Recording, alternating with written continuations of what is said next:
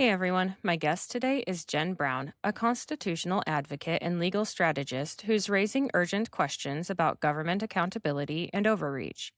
She's currently involved in the high profile case of Rubicon versus the Utah Attorney General, which challenges how far state officials can go when investigating and targeting private businesses and citizens.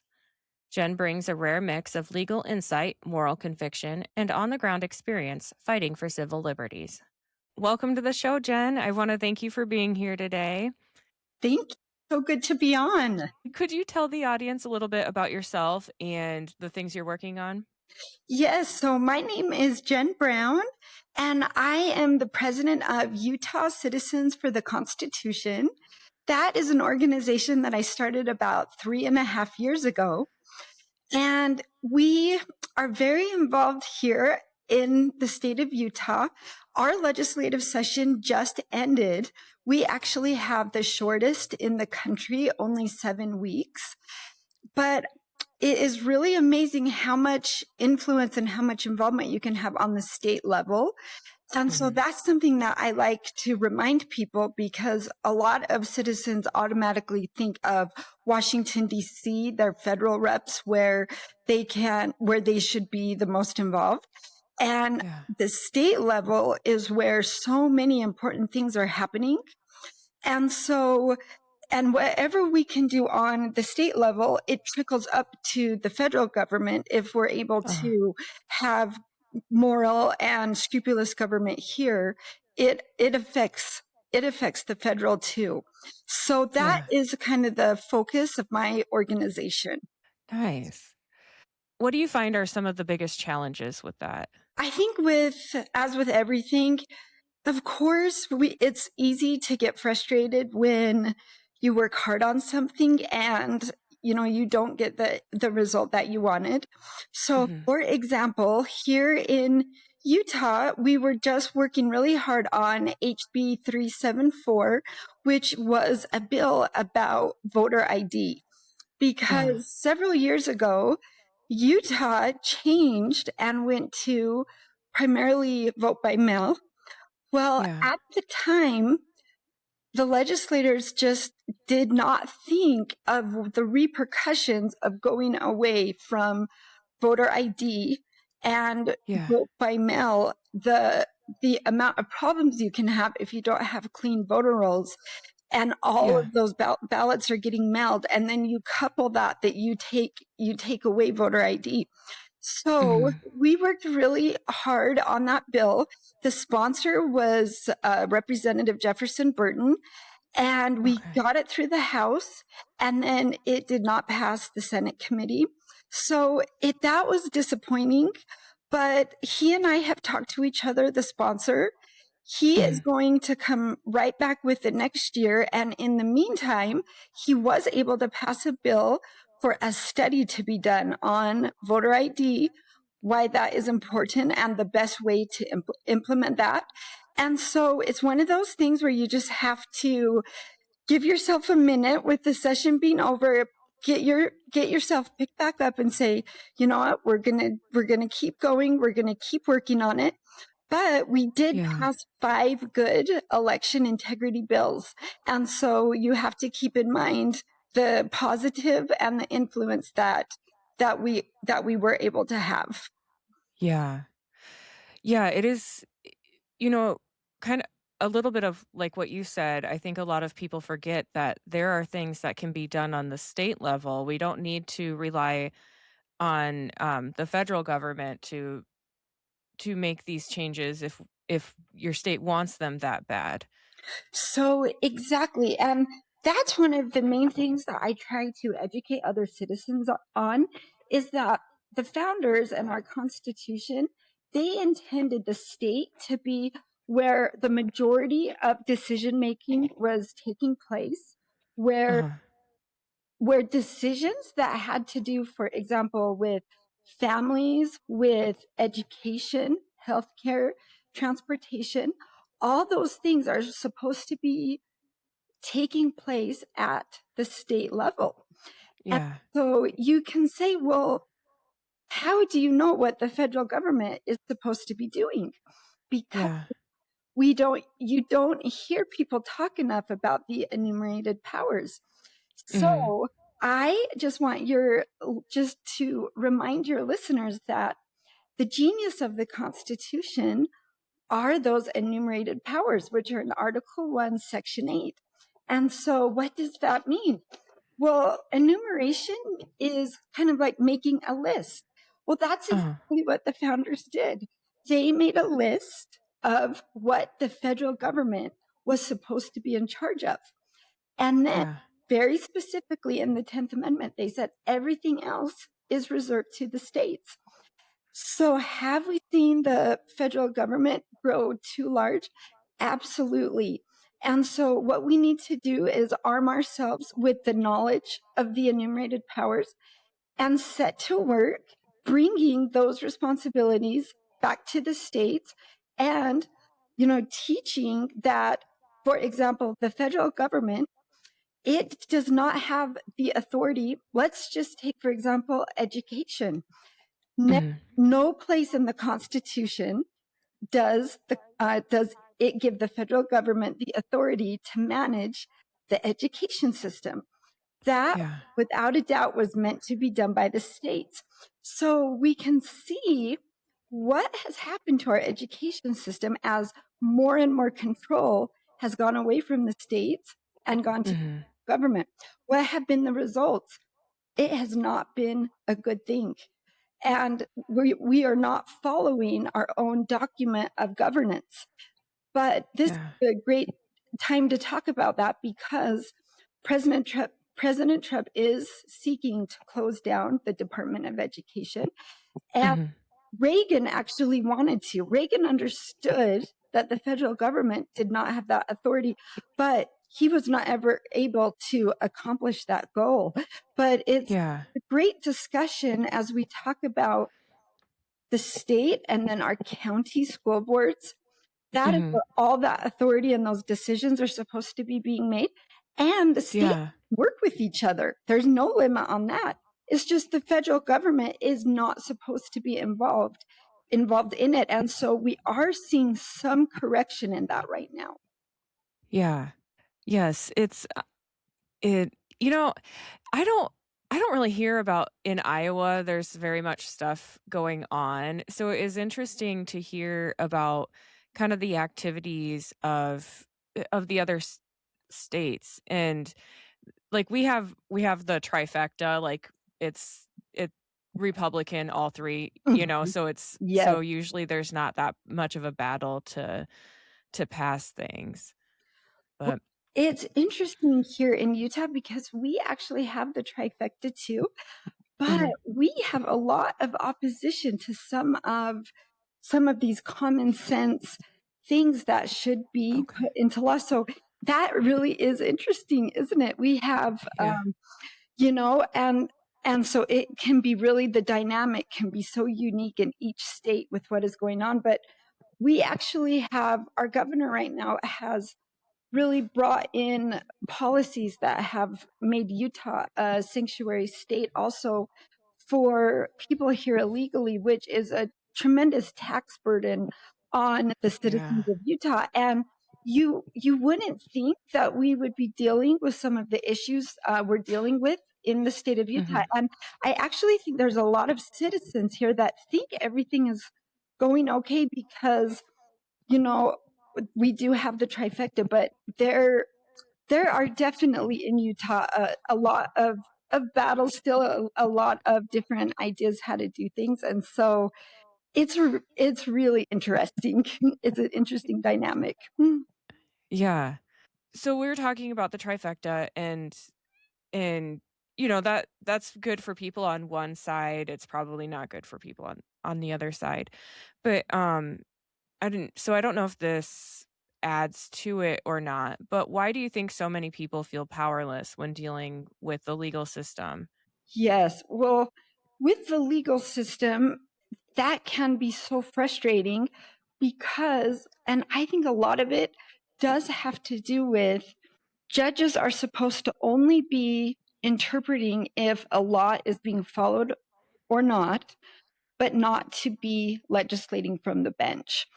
And Mhm. so that's a really interesting topic for us right now, because what happened is with our redistricting map is we have in the Utah Constitution, it's very specific, it specifically states that the legislature makes our congressional maps. So what happened is about 6 or 7 years ago, Prop 4 was passed here in the state.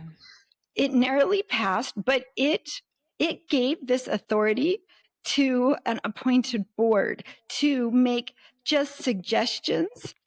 And in Prop 4, it did say just to make as suggestions what they feel would be a fair congressional map, and that the legislature had the authority to either accept that or to disagree and make changes. Well, you're not going to believe what happened here is after the legislature decided that they were not going to use that exact map, they created a different map, which they had the authority to do so. And we had an organization sue the legislature.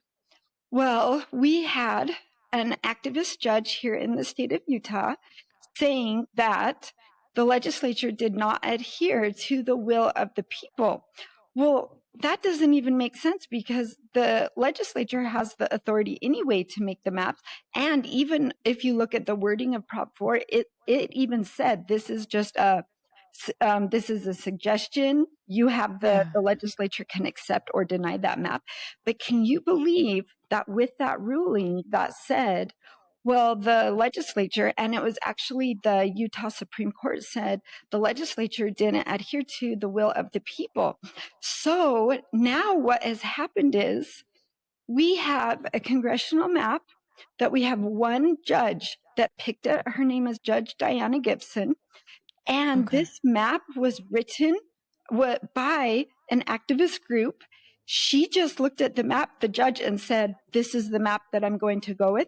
So the law, the Utah Constitution, have not been followed on so many different levels.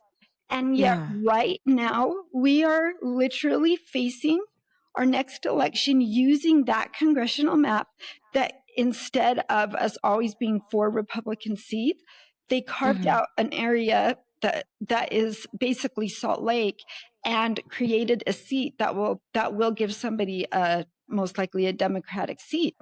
This was all done without the authority from these judges to be able to do this. And the legislature has said that they will take this to the Supreme Court.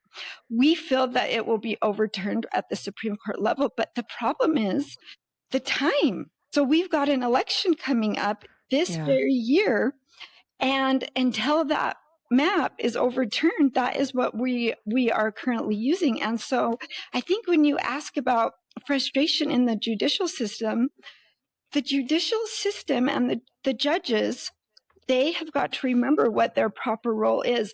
And there needs to be more transparency and accountability within the judicial branch. And there has been a big movement of that because of this situation that happened here in Utah. This legislative session, there were several bills passed that had to do with judicial reform. And so it's been really interesting. And can you believe that in this day and age where we have so much technology, where AI obviously is coming, is here for us to use, that hasn't even been one place where citizens can go to request a copy of or a video or an audio of a specific court hearing. And so things like that we have passed some laws now that are going to make that more of a uniform process, that there's going to be better access by the citizens to be able to get in and get information from the different hearings within the court system. And so it's just like with anything, there's got to be more transparency to bring more accountability. So it's an interesting topic. There is definitely a lot of frustration around this area. And Utah, at least, is doing passed several bills to try to work on this and to bring a little more accountability to these judges, because we have just witnessed a brazen use of judicial activism, and there are very serious consequences. Yeah. Y- You know, and that I keep hearing that so much more about the activist judges, those judges that are Yes. ruling on things that they don't and shouldn't have Right. the authority to do so, and it's just holding up the Exactly. courts. Well, and it's what it is their job is saying, I need to look and to see what happened. Was the law being followed or was it not being followed? Mhm. But sometimes the judges will come up with the ruling, which essentially creates a new law without it being put in statute. But that's what judicial activism is. So they're stepping out of their prescribed area and what their responsibility is. And that, that has to really be pushed back on if we are to keep our system of government with the three branches and that Mhm. separation where only the legislative branch can make laws.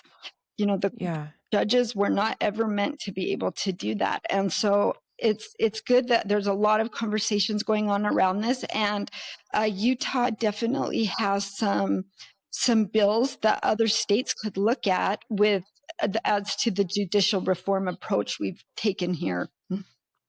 Yeah. Yeah, and you know, this ties a bit into my government overreach question. And you gave an example of what it looks like in real life. Like I would Right. consider those judges overreaching. Absolutely. Yep. And yes, when we talk about overreach, there was a specific example that happened here in the state of Utah back in 2023. It had Mhm. to do with the company Rubicon. They are a landscaping and snow removal company.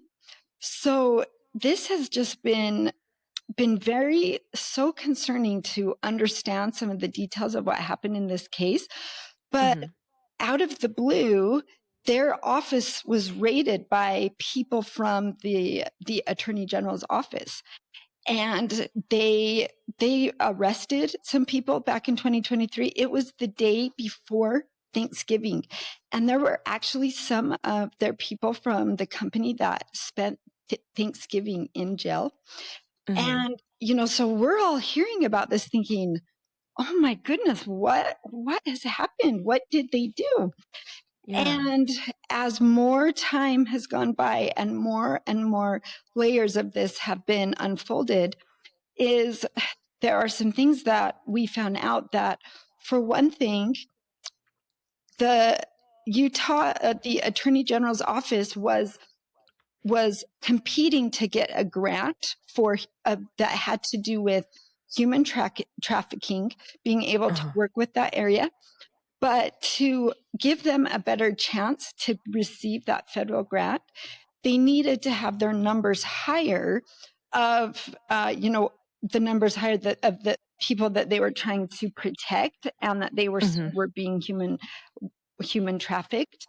And so that's what they did to this company is they brought 96 felonies against this company, all saying that they were being trafficked, their employees, human trafficking.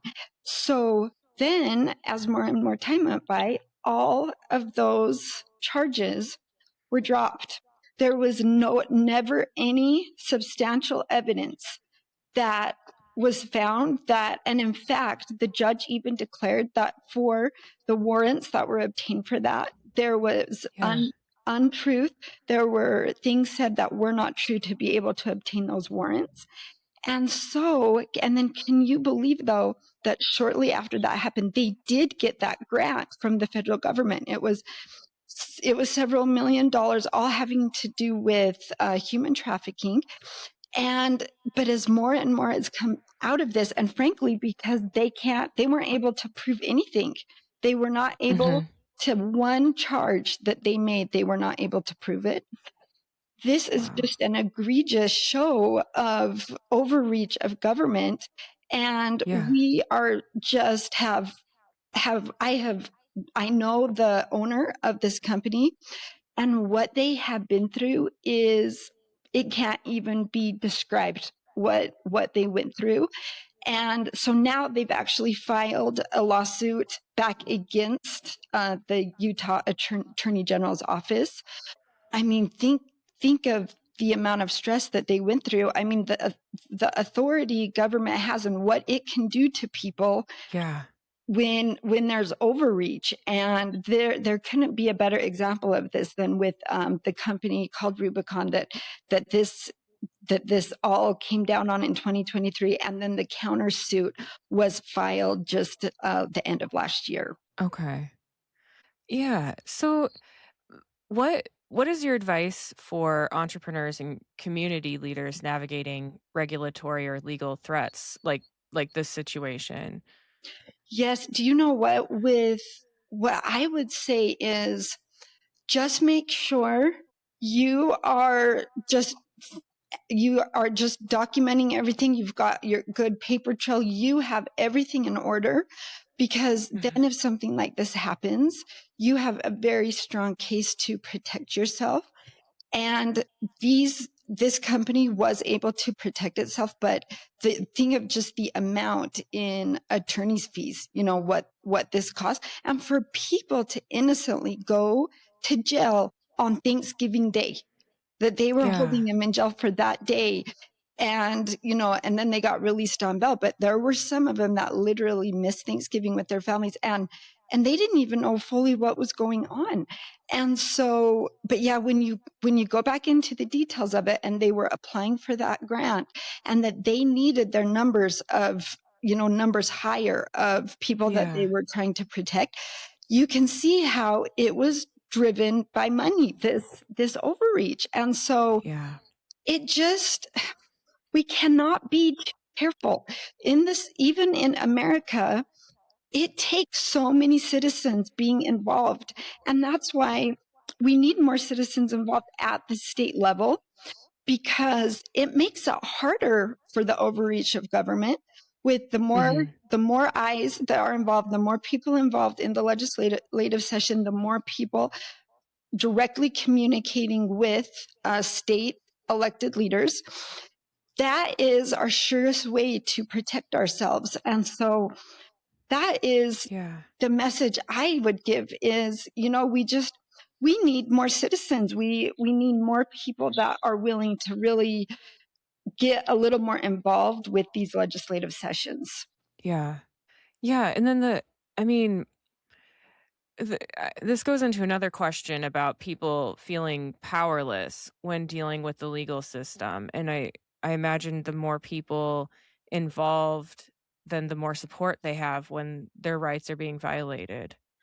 Definitely. It's just, less can happen when more eyes are on things. It's Mhm. just the way that it goes, that transparency solves a lot of problems, because they just simply can't get away with unethical or, immoral, or just plain just breaking the law, if Yeah.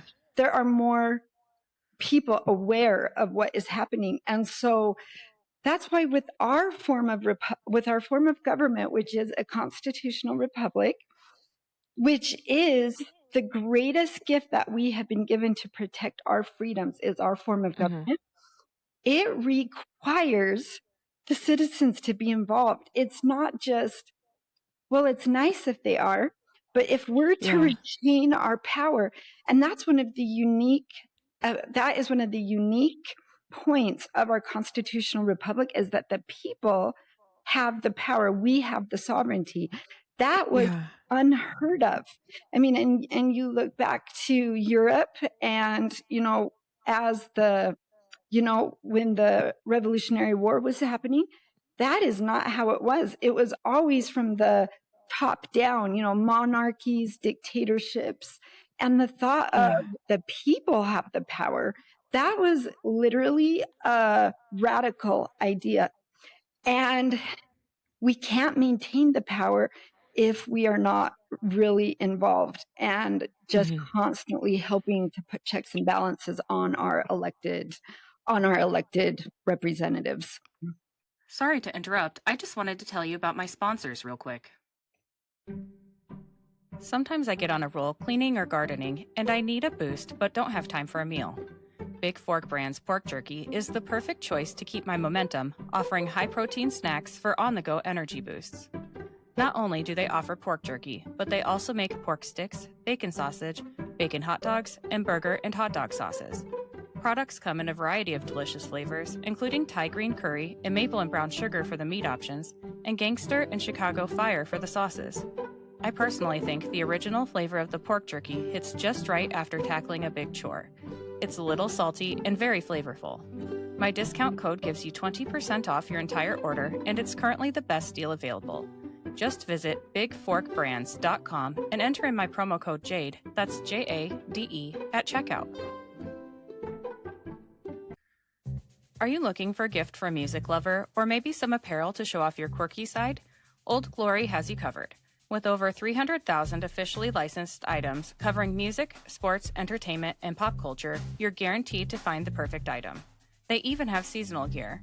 My husband enjoys the Beatles and Led Zeppelin apparel, and I love the Billy Idol apparel. I even found items for my fellow plant enthusiasts. This family-owned superstore is known for their quality and customer service, offers free standard shipping on all orders, and orders are shipped the same day you purchase. My discount code gives you 15% off your entire order, and it's currently the best deal available. Just visit oldglory.com and enter in my promo code JADE, that's JADE, at checkout. Looking for a game-changing way to improve your health? Zevo Life is the world's most nutrient-dense whole plant, packed with over 50% plant protein, essential amino acids, fiber, and antioxidants. Harnessing the best nature has to offer, Zevo Life nourishes your body while driving your performance, vitality, and overall well-being. Each serving is a concentrated source of clean, well-balanced nutrition designed to support modern lifestyles, and just 1 teaspoon a day supports your gut, boosts energy, and promotes healthier skin and hair.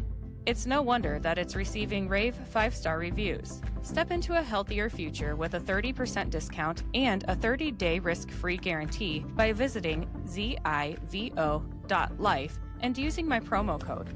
To support my show and to receive 30% off your entire order, enter in my promo code JADE, that's JADE, at checkout. Where do legal systems often fail the very people they're meant to protect? Well, one thing that I've really noticed is it seems like the legal system is so overburdened that there are more cases than the judges can handle. And I think as things just get too full, it's harder to do as good and as thorough of a job. And so that was actually another part of the judicial reform that Utah just underwent. We passed a bill that we added 2 judges to our Supreme Court, but we also added more district judges. And I also just was reading about the fact that in the immigration courts, the federal government has just added 42 new immigration judges. Because especially if you look at the immigration situation, there are so many backed up cases. And so I think just like with anything, there's got to be enough people in the system being able to handle the amount of work that is given to them. And so it'll be interesting to see in Utah going forward, as we have added more judges, how that dynamic, how that affects our dynamic here. And then, in the immigration system, it was interesting with these 42 new judges that were Pam Bondi just put them in. They are being spread to different states in the country, but we've just got to have enough judges that are being able to do the work. And so I think that that's one of the big problems that we have. Yeah. Yeah, there's just not enough people to give the amount of time needed Right. even. Exactly. And the attention to detail, like you said. So Yeah. I agree. What role should attorneys and advocates play in restoring public trust in our institutions? So the very important thing that they can do is, if they're aware that somebody's rights have been violated, is they have got to talk about the details of that. They've got to go to the media. They've got to go to social media. They've got to go to the public Uh-huh. so that these things are not just swept under the rug. And Yeah. one interesting thing that happened with Rubicon is, in this session that just ended, there were Hmm. some changes made to the human trafficking statute in the state of Utah to make it harder for something like this to happen to a business again. And so there were some good changes made in the law. And, hopefully saying that this isn't going to happen to somebody else, because, we've gone through it and these changes have been made in the law. And so we really do need to have the attitude that an injustice to one person is an injustice to everyone, Hmm. because we still are in a battle, even in America, that we have to stay vigilant to protect our rights and Yeah. protect the overreach of government. And Yeah. I can tell you the very most important way that we can protect our rights is to understand our constitutional republic. And as I had just said a moment ago, it is the gift that we have been given to have protect our unalienable rights. And so the reason that it is important that we understand what the essence of the Constitution is, you Hmm. do not need to understand every word in the Constitution. You don't need to be a constitutional scholar and have to study it for years. I Right. can just tell you the genius of the Constitution, and what everybody needs to remember is the fragmentation of power. That is what the Constitution does. Think of power like a window, and then think of the Constitution like Yeah. something that is thrown through the window and breaks it. I like to give this demonstration to this explanation so people can picture that in their minds. Think as the glass breaks, the pieces of glass. Well, that is like shattering that glass is what the Constitution does to power if it is followed. And that shattering of power Uh-huh. is the number one way that we protect our individual liberties. History shows us over and over again that as power conglomerates, people's unalienable rights decrease. It is just a law of, Hmm. of human nature. It is just the way it is. And Yeah. so when we go back to the enumerated powers that we had talked about right at the beginning, Yeah. the citizens need to understand what the federal government is supposed to do, and everything else belongs to the state. And I can just tell your listeners a few of those enumerated powers so that people can get an idea. If you Okay. understand the enumerated powers, you're at 90% of the Constitution, because that Hmm. is that separation between the state governments and the federal government. And then each of Yeah. those governments is broken into three branches: the executive, the judicial, and the legislative. But Right. so the federal government has the ability to establish rules for citizenship, establish bankruptcy laws, coin and regulate the value of money. So think for a minute of, what do all 50 states need to have that is uniform? It Hmm. must be the same. So if it's got to be the same, then that makes sense that the federal government would be given jurisdiction over that, Yeah. because so many things can be different depending on, that state and the unique differences of all the states. So standardize weights and measures, counterfeiting laws, establish a postal system. So think if we mailed a letter and in one state a stamp was a certain number of cents, and then in another state it was a different amount, that would just create chaos. So, Right. the postal system needs to be under the jurisdiction of the federal government. Pass copyright and patent laws, Think if you invented something and you could get a patent in your state, but if you cross state lines, the patent wasn't good anymore. That would create chaos. So we can't have that. Establish federal courts, declare war, raise and finance the armed forces. So obviously, if we're at war with another country, the federal government needs to have power and jurisdiction to be able to protect us as a country. We're not going to be fighting state to state. They can call up militias, administer federal lands, and tax, spend, and borrow to help them implement their enumerated powers. So if you really study these, it's quite limited. And that is what the genius of the founders was, that the federal government can't do too much, because then it's not going to be different from the monarchy we just had to fight. And so many people died. The bloodshed is indescribable, what took place, the suffering during the Revolutionary War. Because, if we allow the American government to just start growing again, we're going to end in the same place. And so I would like to see a lot more discussion from our federal congressmen about the enumerated powers, and having those discussions of, wait a minute, do we even have the authority to be doing this? And for them to have the courage to say, you know what, this is for the states to decide. But I can tell you a really interesting point with this is, when Roe v. Wade was overturned, it wasn't that the Supreme Court was saying that they either agreed or disagreed with abortion. They overturned it and said, this goes back to the states.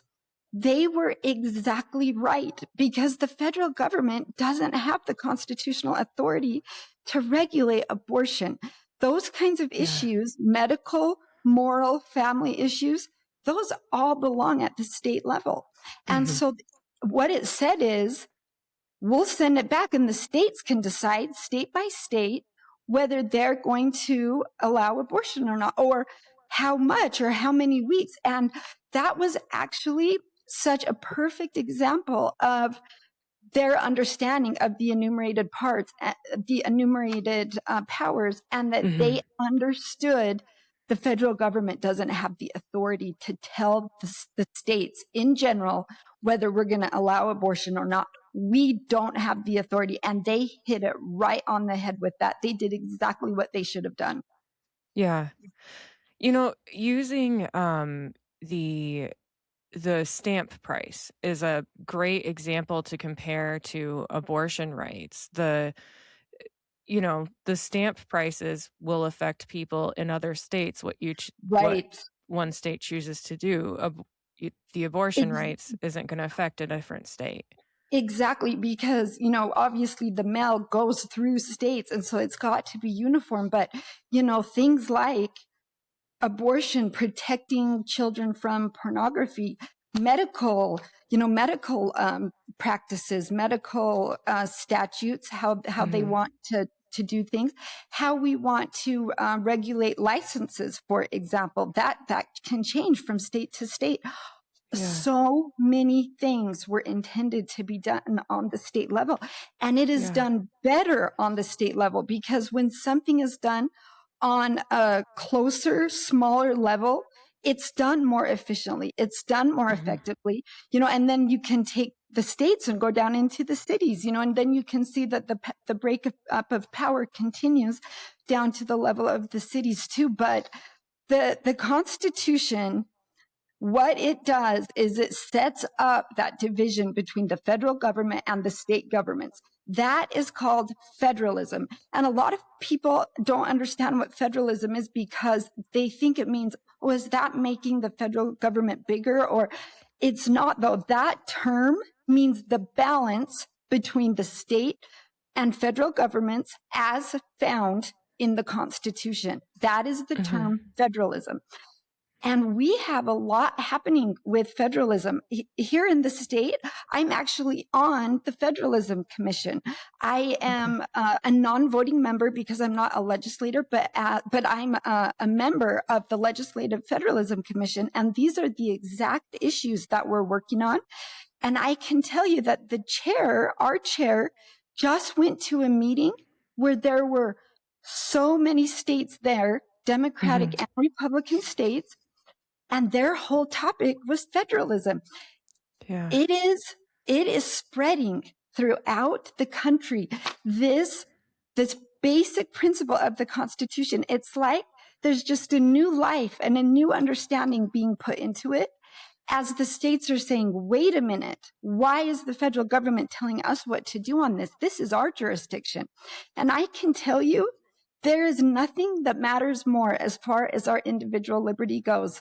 I promise, as the federal government gets bigger, our liberties will decrease. It has happened over and over again. And so, if there's a takeaway for the citizens today, it is review Article 1, Section 8 of the Constitution, the enumerated powers, and then get involved at the state level, even just something very small. If there's something you could do at the state level, that helps to bring government accountability, transparency, and it also helps to push back against the overreach of the federal government. And, as the citizens do our part, then we're going to maintain this form of government that we inherited through so much sacrifice and blood loss.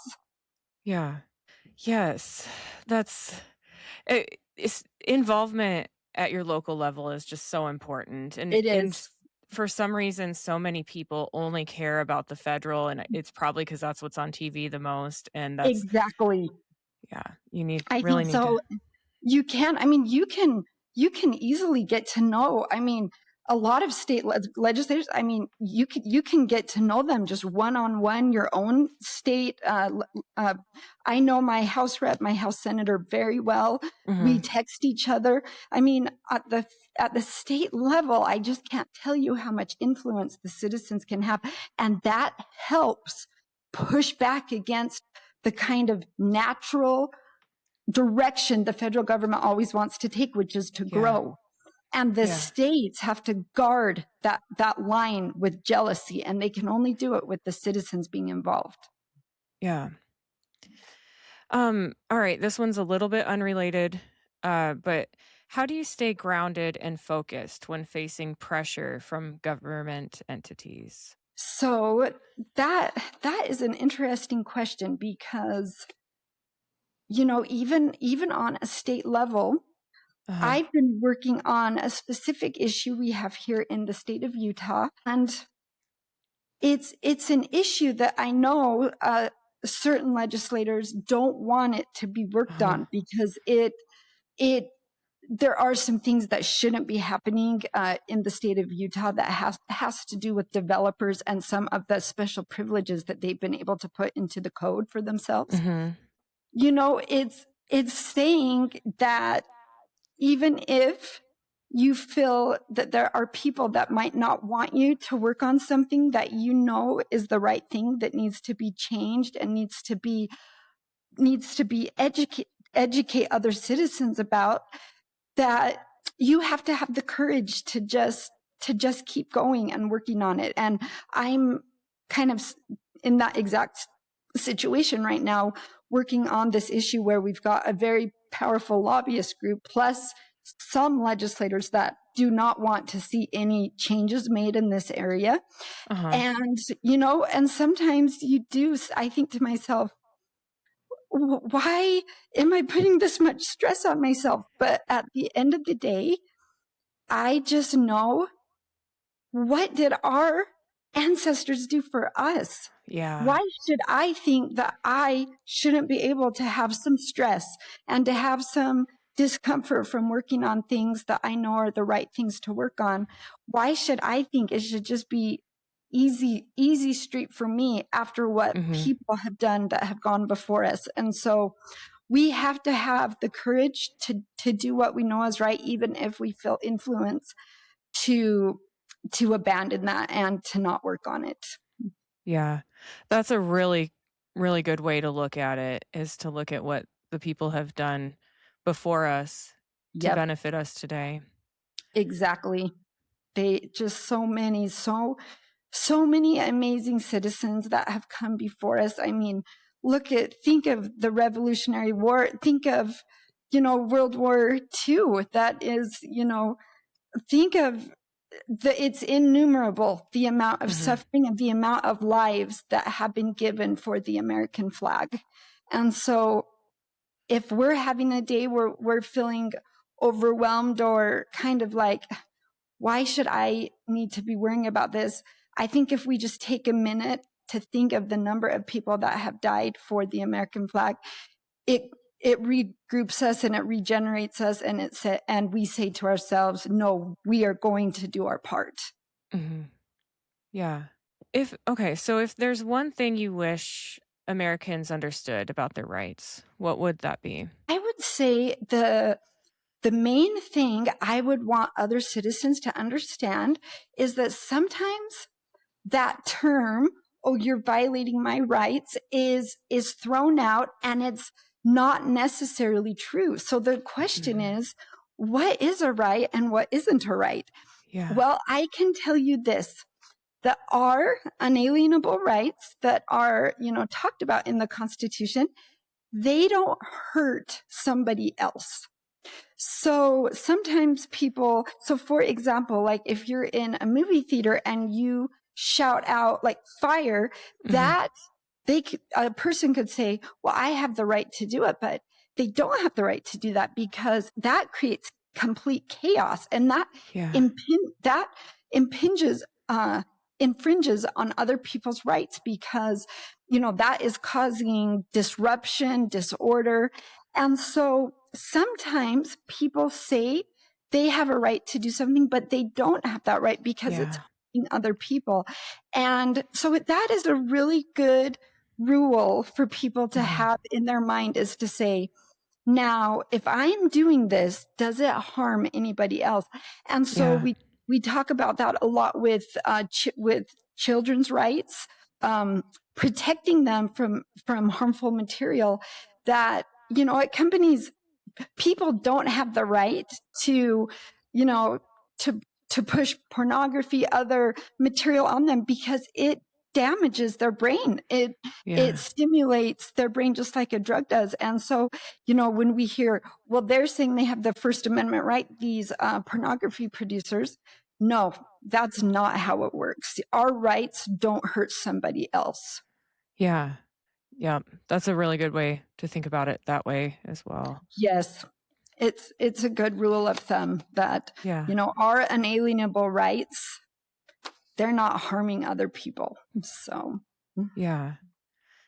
Is there anything else that you'd like the listeners to know? I've just enjoyed being on the podcast so much today. And Mhm. I think our listeners and fellow citizens, I would just again reemphasize those enumerated powers. Read over those and Yeah. start looking through things through the lens of the Constitution. And if you can see the federal government doing something, I challenge you to think to yourself, now, is that an enumerated power? And if it's not, say to your family, hey, you know what? The federal government shouldn't be doing that. That should be being done by the states. They don't have the authority. And start Yeah. teaching your family members, because it takes this is the constant battle, is to push back on the federal government's Mhm. natural tendency to grow. And that's what citizens can really do. And to talk with their families about it and say, the federal government, they don't have the authority to dictate that the schools have to allow, transgender policies.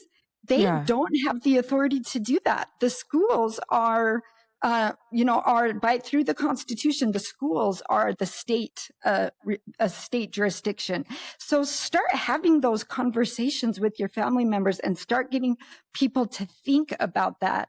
Mhm. And, it's just one we can never give up on, as long as we're here living. We're going to fight this battle of keeping government from growing, but we can do a lot within our own families as we discuss this privilege of this form of government and the responsibilities that we also have to maintain it. Yeah. All right. Where can the listeners find you? Okay, at utahconstitution.com. All right. They can learn more about everything About you're what working we're on there. doing here in Utah. Yes. Perfect. I want to thank you for being on today. All right. Well, have a good weekend. Yep. You too. I'll talk to you soon.